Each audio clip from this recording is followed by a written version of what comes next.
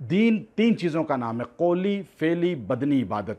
اللہ نے فصلی نماز پڑھیں، قولی اور بدنی عبادت آگے، لربی کا اپنے رب کی، ونحر اور قربانی دیں اللہ کی، اللہ کے غیر کی نہیں، سجدہ بھی اللہ کو، صدقہ خیرات، دیگ پکانا، بکرا دینا اللہ کے نام کا۔